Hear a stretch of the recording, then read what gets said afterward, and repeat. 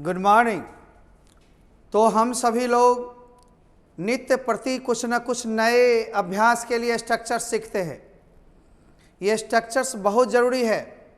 अंग्रेजी के दम खम भरने हैं तो आप स्ट्रक्चर्स का डेली प्रैक्टिस कीजिए, सीखिए, बुक से बनाइए और क्लास में तो चेक भी होती है, ये भी सुविधा है। आइए सबसे पहले हम लोग देखें कि आज इम्फैटिक स्ट्रक्चर्स को हम लोग लेने जा रहे हैं। जब भी किसी वाक्य में बाबू किसी सब्जेक्ट को जोरदार बनाई जाए, जैसे सब्जेक्ट के बाद ही तो है, ही तो हूँ, ही तो हैं, ही तो हो, ही तो था, ही तो थी, ही तो थे लगा हो, तो आप इंट्रोडक्टरी सब्जेक्ट के रूप में इट दोगे। इट चूँकि एक वचन होता है इसलिए है हूँ वाले में इज दो और था थी वाले में वाज दो। इट के साथ हमेशा एक वचन क्रिया और शुरू वाला जो सब्जेक्ट है उसको नाउन प्रोनाउन के रूप में लास्ट में लगाओ। जैसे मैं ही तो हूँ, इट इज़ आई, वैसे बोलचाल में ऑब्जेक्टिव केस का इस्तेमाल भी होता है। अमेरिकन इंग्लिश में इट इज़ आई की जगह इट इज़ मी बोला जाता है। आप ध्यान दें, इन स्ट्रक्चर्स को हम लोग शुरू से लेकर चलते हैं। आइए तो हम लोग आज स्ट्रक्चर स्टाइल नंबर 7 पर हैं। ऐसे वाक्य जिसमें सब्जेक्ट के बाद ही तो हूँ, ही तो है, ही तो हो, ही तो हैं, ही तो थी, ही तो था, ही तो थे लगा हो, उससे पता चलता है कि सब्जेक्ट को जोरदार बनाया गया। अतः इसका अनुवाद करते समय सबसे पहले इट दोगे, है हूँ के लिए इज और था थी के लिए वाज। जैसे मैं ही तो हूँ, इट इज आई, वैसे बोलचाल में इट इज आई की जगह इट इज मी भी हम बोल सकते हैं। वह ही तो है, इट इज ही या सी, चूंकि अब पता नहीं चल रहा कि मेल है कि फीमेल है। आइए, तुम्हारी माँ ही तो है, it is your mother. Sheela ही तो थी, इट वाज शीला। अब मेरी प्रेमिका ही तो थी, इट वाज माई बिलव्ड। अब वाक्य में आप देख रहे हो सबसे पहले इट रखा गया, है हूँ है तो इज और था थी है तो वाज। ये नहीं कि तुम ही तो हो, इट आर यू ना होगा सर, नहीं। इट एक वचन है, हमेशा इज या वाज ही दोगे, तब सब्जेक्ट चाहे कोई हो वह नाउन प्रोनाउन के रूप में रिपीट करोगे। प्रोनाउन का प्रयोग रिटर्न में सब्जेक्टिव केस में करते हैं, बोलचाल में ऑब्जेक्टिव केस का भी प्रयोग होता है। अब हम देखते हैं स्पोकन इंग्लिश में इट इज आई के बदले इट इज मी भी चलता है। अब हम थोड़ा सा प्रैक्टिस कर लें, सिर्फ आपको बता के छोड़ दें अच्छी बात नहीं होगी। जैसे कंप्यूटर जी थोड़ी सी इंक दीजिए। तुम्हारी सासू माँ ही तो है, अब सबसे पहले इट रखेंगे, है हूँ वाले में इज रखेंगे और तुम्हारी के लिए योर होगा, it is your mother in law.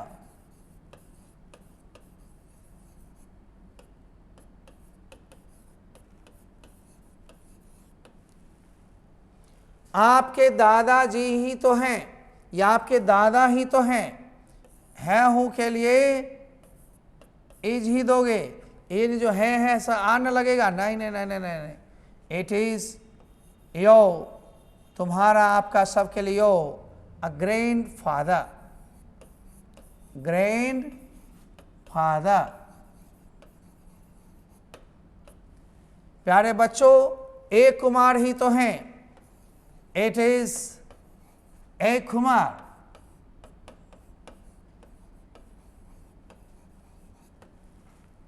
रानी ही तो थी, था थी वाले में वाज ले लो, इट वाज रानी, यह नाम है, इन जो क्वीन। किरण ही तो थी, फिर मारो इट वाज किरण। सीता का भाई ही तो था, फिर मारेंगे इट वाज अ सीता का भाई, सीताज ब्रदर, BROTHER ब्रदर। ध्यान देना है ये एपोस्ट्रोफी है, इसका मतलब काके की। आप बोल सकते हो it is the brother of Sita भी, और सीताज ब्रदर बोल दिए तो ऑफ लगाने की जरूरत नहीं है। मेरे वर्ग शिक्षक ही तो हैं, it is my class teacher, रहता हमारे वर्ग शिक्षक ही तो हैं, it is our class teacher. तो इट इज के बाद चाहे वो सिंगुलर सब्जेक्ट हो, प्लूरल हो, उससे कोई मतलब नहीं। इम्फेटिक बना रहे हो, उसके लिए जोरदार बनाने के लिए इट सब्जेक्ट आएगा इंट्रोडक्टरी के रूप में। इसका अर्थ नहीं होता है, परंतु यह शुरू में आता है, प्रारंभ में आता है, वाक्य को फॉर्मेट करता है, वाक्य को जोरदार बनाता है। इसलिए यहाँ पर जोरदार बनाने के लिए इट का ही प्रयोग करेंगे और इट के अनुसार ही क्रिया लगाएंगे। चलिए हम लोग कुछ आगे भी तो बढ़ लें, पहले आंसर्स को मिटा देते हैं। अब नंबर 7 की ओर हम लोग हैं, 8 की ओर हैं, 9, 10 की ओर भी हैं। अब सभी को हम लोग बना लेते हैं। ध्यान दें मेरे बच्चों, राजेश ही तो है। रुक जाइए, एक और नीचे मैं कर लूँ, क्योंकि 7 मुंह से तो बनाया था और आपको रिटर्न भी तो चाहिए। तो मेरे वर्ग शिक्षक ही तो हैं, इट इज मेरे है, इसीलिए माई class teacher.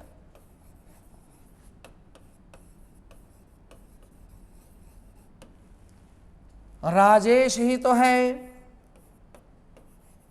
It is Rajesh. भगवान राम ही तो थे, था, थी, थे, was, it was Lord Rama.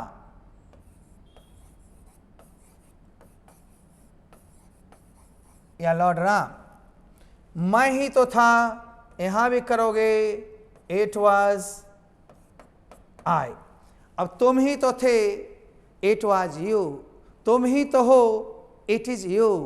ए कुमार ही तो थे, इट was ए कुमार। ए कुमार ही तो हैं, इट इज ए कुमार। ए कुमार के पिताजी तो हैं, it is A Kumars father, या द फादर ऑफ ए कुमार। इस तरह से हम लोग चलेंगे बच्चों, धीरे धीरे। इम्फेटिक का निगेटिव नहीं होता है, इम्फेटिक का इंट्रोगेटिव नहीं तो फिर वाक्य बदल जाएगी, है ना।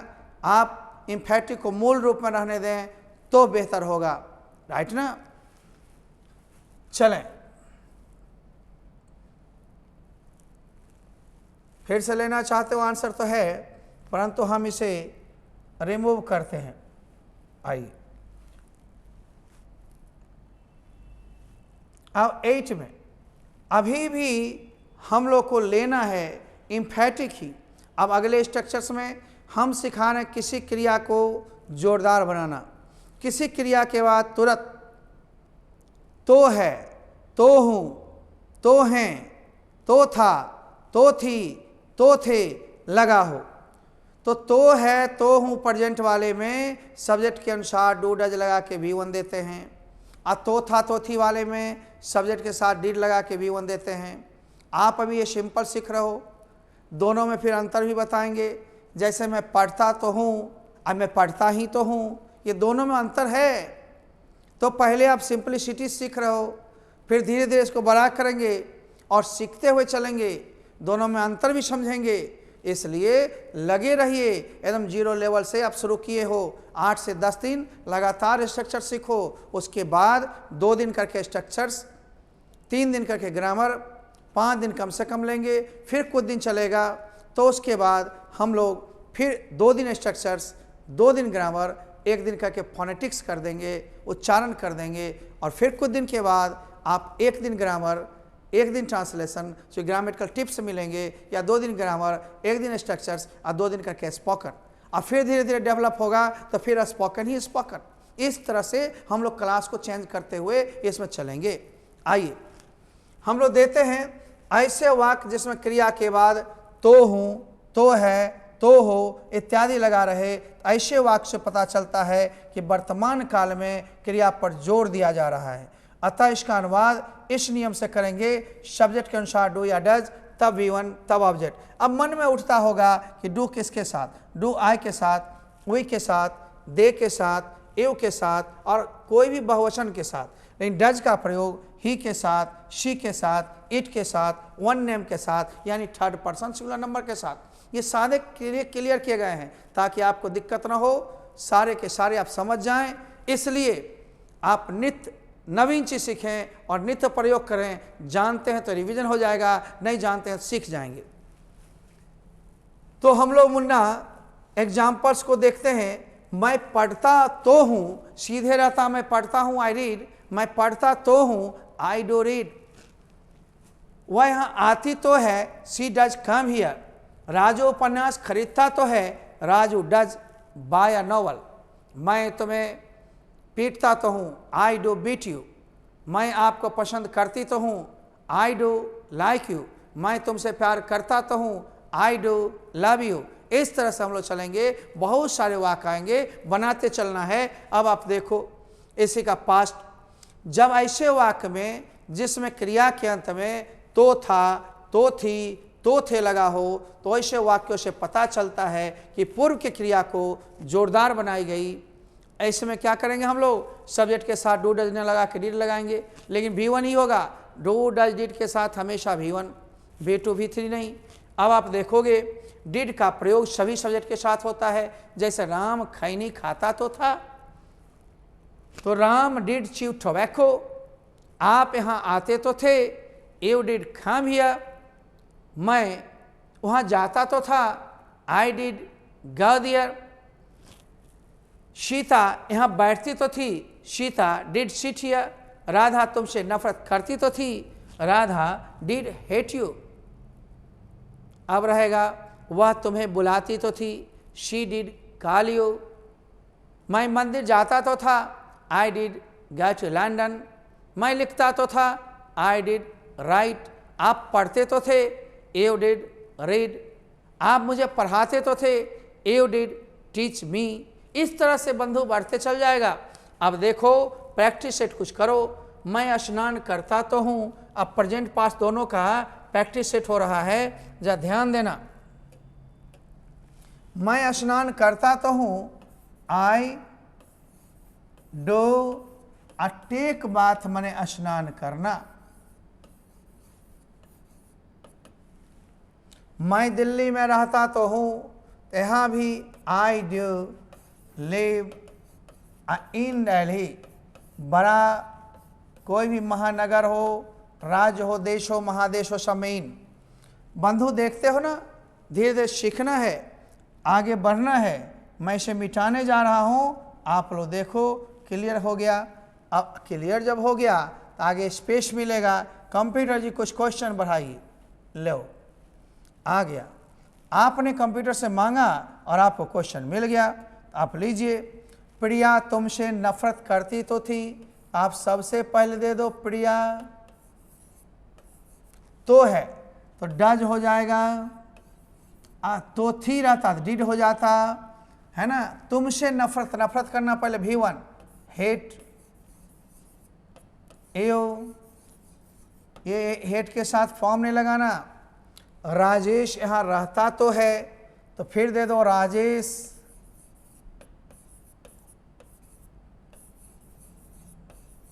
Does live here. वह शराब पीता तो था, ही डिड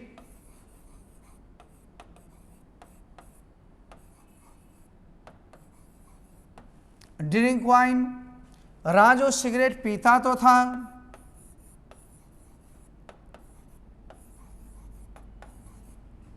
डिड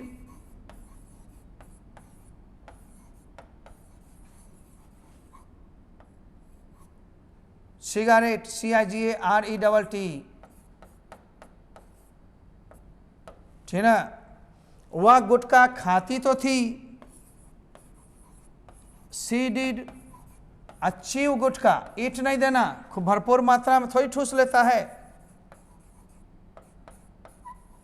यहाँ गुटखा या पान पराग, खैनी, जो भी लोग है चूसता चबाता है, च्यू, ठीक ना। अब क्या है, राधा तबला बजाती तो थी, तो Radha did play on the tabla. Musical instrument को बजाते हो, play.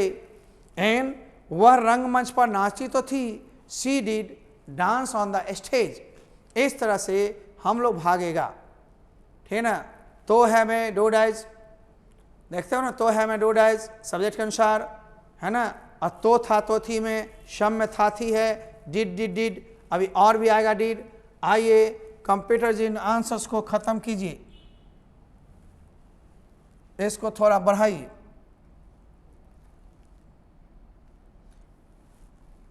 Low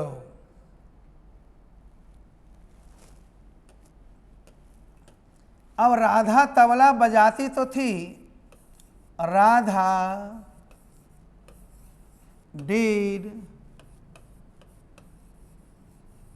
play on the harmonium, on the tabla, इस सब में ऑन लग रहा है। नहीं भी लगाओगे बोलचाल में सिर्फ प्ले द तबला तो भी काम चल जाती है। वह रंगमंच पर नाचती तो थी, she did dance on the stage. आप हमें अंग्रेजी सिखाते तो थे, यू डिड टीच, हमें है तो अस, मुझे रहता तो मी, उसे रहता तो हिम या हर। चलें ऑब्जेक्टिव केस, गधे रेंगते तो हैं, गधे बहुवचन है इसलिए द लगाने कोई जरूरत नहीं। ऐसे अब तो है डू बड़े, यानी गधे ढेंचू ढेंचू तो करते हैं, एक ही बात है। घोड़े हिनहिनाते तो हैं, हॉर्सेस, यहाँ भी बहुवचन है डू ने, NEIGH, है ना। इस तरह से मेरे बच्चों V1 का ही प्रयोग करोगे, V2 V5 का नहीं। डू डज का प्रयोग सब्जेक्ट के अनुसार करोगे। यहाँ बहुवचन है इसलिए डू दिया, नहीं तो ही सी रहता तो डज लगाते, और डिड तो किसी में लगेगा, डिड के लिए कोई प्रॉब्लम है ही नहीं। आप है और था में अंतर समझते हो तो देखते रहो। अब हम लोग आ गया 10 में, किसमें 10। अब हम लोग 10 को आराम से लेगा, थोड़ा मिटा दिया, एस को हम बढ़ा दिया। अब जैसा हमें देखना है, हमने क्रिया को जोरदार बनाया, अब संज्ञा को भी जोरदार बना सकते हो। किसी के पास कुछ होने की बात को जोरदार बना कर बोल सकते हो। जैसे कहते हो तुम्हारे पास एक कलम है, वह कहता नहीं है तुम्हारे पास एक कलम तो है, मेरे पास एक हाथी तो है। तो तुम्हारे पास एक कलम तो है, यहाँ भी डू डज लगेगा, और V1 के जगह हैव मेन वर्ब के रूप में, हैव माने के पास होना। जैसे तुम्हारे पास एक कलम तो है, you do have a pen. Sita के पास एक मोमबत्ती तो है, सीता या शीला जिसका भी नाम बोल दोगे, डज हैव अ कैंडल। लेकिन याद रखो डू डज के साथ है भी होगा। तो था रहता तो डिड हैव। जैसे आपके पास बहुत पैसे तो थे, यू डिड हैव, पैसे तो है में do have, you did have much money, और आपके पास बहुत पैसे तो हैं, you do have much money. ठीक ना। इस तरह से हम लोग चलते हैं। ऐसे वाक्य जिसमें किसी संज्ञा के बाद तो है लगा हो, तो ऐसे वाक्यों से पता चलता है कि संज्ञा को जोरदार यानी एम्फेटिक बनाई गई है। अतः इसका अनुवाद सब्जेक्ट के अनुसार डू डज रख करके तब हैव रखेंगे प्लस नाउन। अब डू का प्रयोग अभी अभी बताया था, आई वी दे यू और बहुवचन के साथ, और डज का प्रयोग he she it one name and third person singular number के साथ। जैसे मेरे पास एक घोड़ा तो है, आप मेरे पास एक घोड़ा तो है, मान लो बबलू हम सब्जेक्ट रख दिए, यहाँ देखो सब्जेक्ट रख दिए मेरे पास, तो मेरे के लिए यहाँ पर माई हैव नहीं कर देना, आई के साथ क्या रखेंगे डू। क्यों सर, जोरदार बना रहे हैं इसलिए। और हैव सब में हैव, एक घोड़ा है ए हॉर्स। अब देखो दो घोड़े रहते तो टू हॉर्सेस, तीन घोड़े थ्री हॉर्सेस, उससे संज्ञा से कोई मतलब नहीं है, सब्जेक्ट के अनुसार डू डज लगेगा। ठीक ना। अब हम लोग देखता है, इसको मिटा देता है ताकि आगे बढ़ने में दिक्कत नहीं होएगा। अभी और भी बना हुआ होगा ये तो मैं वैसे ही बना कर देखा। I do have a horse, Sita के पास एक फ्रॉक तो है, Sita does have a frock. Structure 11 इसी का पास्ट होगा, पास्ट में डू या डज हैव के जगह डिड हैव का प्रयोग करेंगे। जैसे तुम्हारे पास एक घोड़ा तो था, you did have a horse, इस तरह से हम लोग भागे। देखोगे subject plus did plus have plus noun, यहाँ पर किसी के पास तो था तो थी लगा हो तो उससे पता चलता है कि भूतकालिक संज्ञा को जोरदार बनाया गया है, इसलिए सभी सब्जेक्ट के साथ डिड लगाओ और उसके बाद हैव लगाओ मुख्य क्रिया के रूप में, जोरदार बन जाएगा। उसके पास 4 मुर्गियां तो थी, ही डिड हैव, चाहे मुर्गियां कितना भी हो उससे मतलब नहीं है, सब्जेक्ट के अनुसार डिड हैव सब में। 4 हैंड्स, मान लो 50 आएगा 50 हैंड्स, 100 रहेगा 100 हैंड्स। आगे राजू के पास 50 गायें तो थी, राजू डिड हैव 50 काउज। अब इसको भी हम लोग बनाता है। अब देखोगे 10 से 11 के लिए हमारे पास प्रैक्टिस सेट आ गए। कंप्यूटर जी जरा समय लेता हूँ, आराम से आप बनाने दीजिए। रानी के पास, तो रानी के पास है तो रानी के साथ डज लगेगा, हैव लगेगा, क्योंकि है तो डू या डज सब्जेक्ट के अनुसार। अब 5 बुक्स, 5 बुक्स मेरे शिक्षक के पास, माई टीचर, यह टीचर सिंगुलर है तो does have. A Maruti car,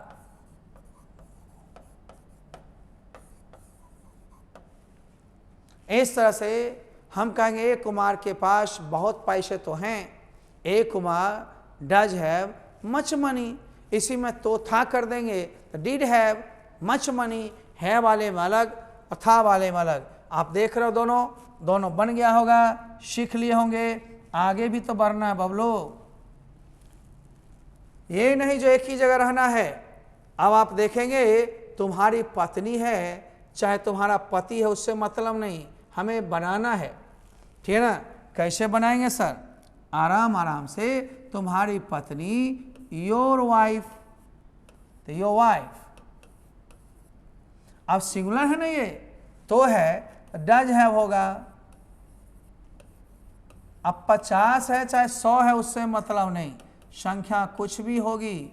50 rings, 1 2 नहीं 50 रिंग है, अंगूठी है। धर्मेंद्र के पास 10 उपन्यास तो हैं, धर्मेंद्रा, DHARMENDRA, धर्मेंद्रा। अब तो है डज है, कितने हैं?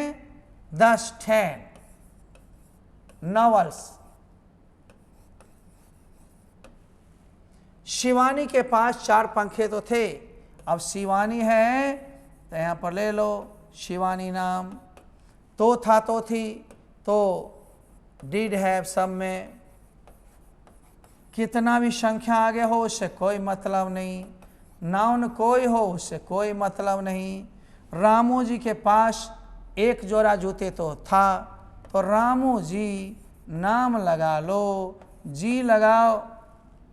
अब रामू जी के पास था तो डिड हैव तो होएगा। अब चाहे जितना जोड़ा हो, ए पेयर ऑफ माने 1 जोड़ा, कौन सी जूते थे? जूते 2, जोड़ा 1, ए पेयर ऑफ शूज। अब रानी के पास एक सुंदर फ्रॉक तो थी, हम लोग ऊपर करके बनाता है और कभी घबराना नहीं है, आराम से सेट करो, सीखो, चलो फिर बढ़ेंगे हम लोग, फिर सीखेंगे, फिर बनाएंगे, फिर लिखेंगे, फिर बोलेंगे, सब लिखना पढ़ना बोलना सीखना सब आगे चले हम लोग।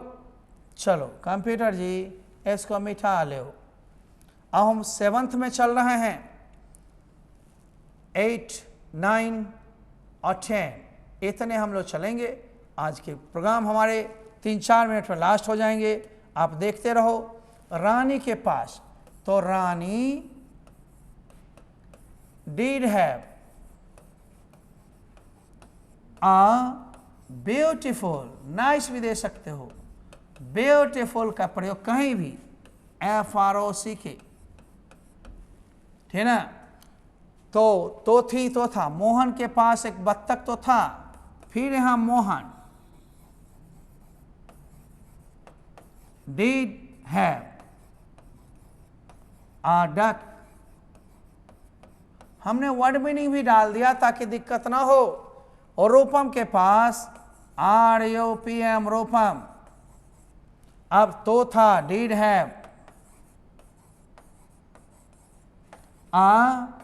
Parrot.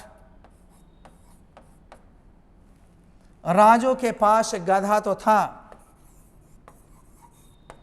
Raju did have an ass। इस तरह से हम लोग बनाएंगे बच्चों।